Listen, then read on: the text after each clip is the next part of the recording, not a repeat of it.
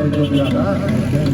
Lalong-lalo na kay Manilin, Ryan Happer ng Bigyan, Santa Barbara, Pangasinan.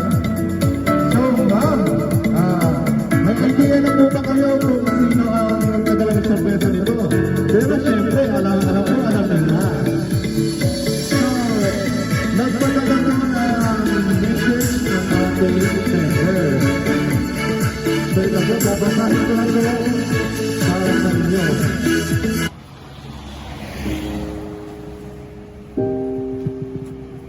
Dear Manilin, isang smell naman dyan.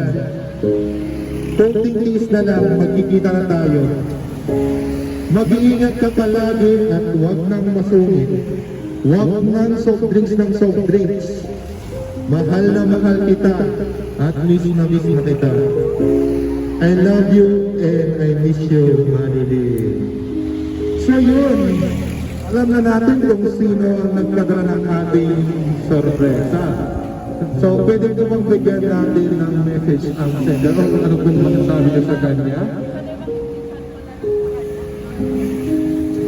So yun, and then so once again, happy anniversary sa inyong dalawa, Ma'am Manilin and Sir Nadine. Yun,